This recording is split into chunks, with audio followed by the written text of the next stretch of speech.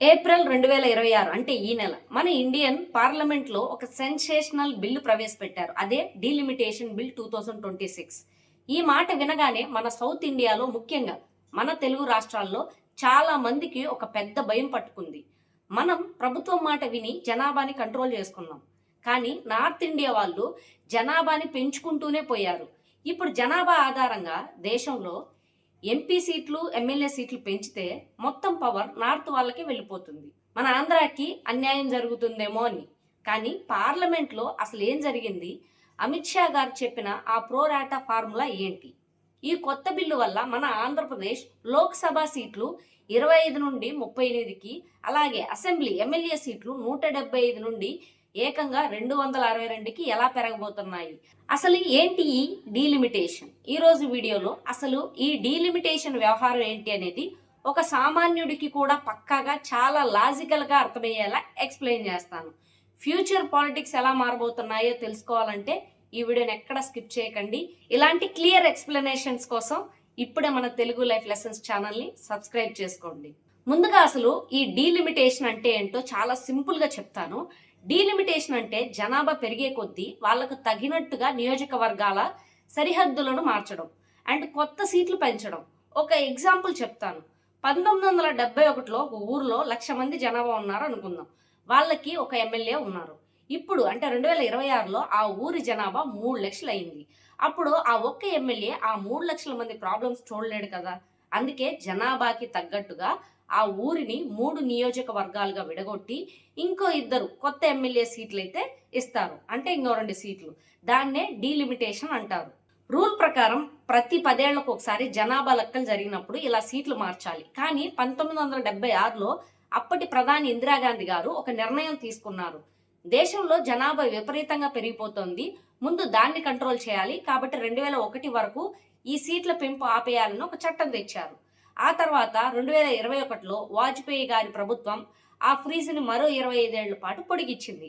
అంటే 2026 వరకు దేశంలో ఎంపీ, ఎమ్మెల్యే సీట్లు పెంచకూడదు అని ఫిక్స్ చేశారు. ఆ 2026 టార్గెట్ ఇప్పుడే ముగిసింది. అందుకే ఈ కొత్త డీలిమిటేషన్ యాక్ట్ తెరపైకి వచ్చింది. సరిగ్గా ఇక్కడే మన సౌత్ ఇండియాలోని ఆంధ్ర, తెలంగాణ, కేరళ, తమిళనాడు రాష్ట్రాలకు ఒక పెద్ద భయం స్టార్ట్ అయ్యింది. 1971 నుండి ఇప్పటి వరకు మన దక్షిణాది రాష్ట్రాలు ఫ్యామిలీ ప్లానింగ్ ని పక్కాగా ఫాలో అయ్యి జనాభాని బాగా కంట్రోల్ చేశాయి. కానీ ఉత్తరప్రదేశ్, బీహార్ లాంటి నార్త్ రాష్ట్రాలు జనాభాని విపరీతంగా పెంచేశాయి. ఇప్పుడు గనక పాపులేషన్ ఆధారంగా సీట్లు పెంచితే యూపీ, బీహార్లకేమో 100ల కొద్ది ఎంపీ సీట్లు వెళ్ళిపోతాయి. పాపులేషన్ కంట్రోల్ చేసిన మనకి ఎంపీ సీట్లు తగ్గుతాయి. అంటే పార్లమెంట్ లో పవర్ మొత్తం వాళ్ళ చేతుల్లోకి వెళ్ళిపోతుంది అని మన వాళ్ళు భయపడ్డారు. మంచి చేసినందుకు మనకు శిక్ష పడుతుందేమో అని ఆందోళన చెందారు. కానీ ఈ నెలలో పార్లమెంట్ లో కేంద్ర ప్రభుత్వం ప్రవేశపెట్టిన డీలిమిటేషన్ బిల్ 2026 ఆ భయాలన్నింటినీ పటాపంచలు చేసింది. మనకి ఎలాంటి అన్యాయం జరగకుండా ఒక అద్భుతమైన ఫార్ములా తీసుకొచ్చింది.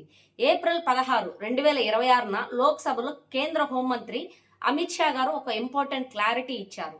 సౌత్ ఇండియా రాష్ట్రాలకు ఎలాంటి అన్యాయం జరగదు, పార్లమెంట్ లో వాళ్ళ పవర్ ఏమాత్రం తగ్గదు అని క్లియర్ గా చెప్పారు. దీనికోసం వాళ్ళు ప్రోరాటా అనే సిస్టమ్ వాడుతున్నారు.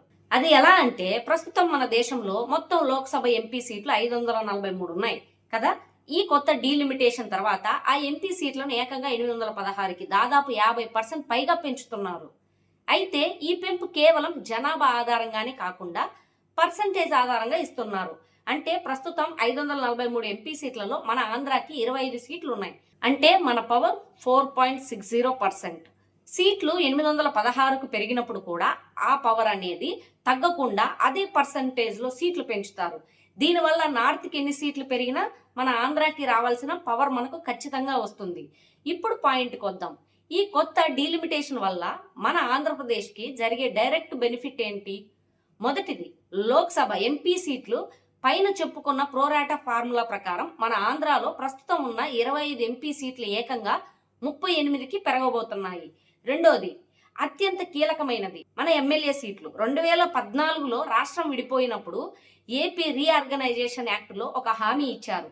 ఆంధ్రాలో ఎమ్మెల్యే సీట్లను 175 నుండి 225కి పెంచుతాము అని. కానీ డీలిమిటేషన్ ఫ్రీజ్ వల్ల అది ఇన్నేళ్లుగా ఆగిపోయింది. ఇప్పుడు ఈ 2026 డీలిమిటేషన్ బిల్ ద్వారా ఆ పాత ప్రామిస్ కూడా క్లియర్ అవబోతోంది. ఈసారి సీట్లు ఇంకా భారీగా పెరగబోతున్నాయి. మన ఆంధ్ర ఎమ్మెల్యే సీట్లు 175 నుండి సుమారుగా 262 లేదా 263కి పెరగబోతున్నాయని ఎక్స్పర్ట్స్ చెబుతున్నారు. అంటే గోదావరి జిల్లాలు, ఉత్తరాంధ్ర, రాయలసీమ లోక్సభ నియోజకవర్గాల బౌండరీలు మొత్తం మారిపోయి కొత్త జిల్లాల లెక్కన చాలా కొత్త ఎమ్మెల్యే సీట్లు పుట్టుకొస్తాయి. ఒకప్పుడు రద్దు అయిపోయిన తెనాలి లాంటి పాత నియోజకవర్గాలు కూడా మళ్ళీ వచ్చే ఛాన్స్ ఉంది. ఈ డీలిమిటేషన్ తో పాటే ఇంకో గొప్ప మార్పు కూడా జరగబోతోంది. అదే మహిళా రిజర్వేషన్ బిల్. చట్టసభల్లో మహిళలకు 33% రిజర్వేషన్ ఇవ్వాలి అని చట్టం పాస్ అయినా సరే అది డీలిమిటేషన్ జరిగిన తర్వాతే అప్లై అవుతుందని అప్పట్లో కండిషన్ పెట్టారు. సో ఇప్పుడు జరగబోయే ఈ కొత్త నియోజకవర్గాల విభజనలో ఖచ్చితంగా 33% సీట్లను మహిళలకు రిజర్వ్ చేస్తారు. అంటే మన ఆంధ్రాకి వచ్చే 38 ఎంపీ సీట్లలో సుమారు 12 నుండి 13 సీట్లలో కేవలం మహిళలు మాత్రమే పోటీ చేయాలి. ప్రస్తుతం ఆంధ్ర నుండి కేవలం 3 మహిళా ఎంపీలు మాత్రమే ఉన్నారు. ఈ డీలిమిటేషన్ పూర్తయితే ఆ నెంబర్ ఏకంగా 13కి వెళ్తుంది. ఇది నిజంగా మన రాజకీయాల్లో ఒక పెనుమార్పనే చెప్పాలి. సో చూసారుగా ఫ్రెండ్స్, డీలిమిటేషన్ అంటే భయపడాల్సిన పని లేదు. అడ్మినిస్ట్రేషన్ ఈజీ అవడానికి, పెరిగిన ప్రజల అవసరాలు తీర్చడానికి ఇది ఒక సైంటిఫిక్ ప్రాసెస్.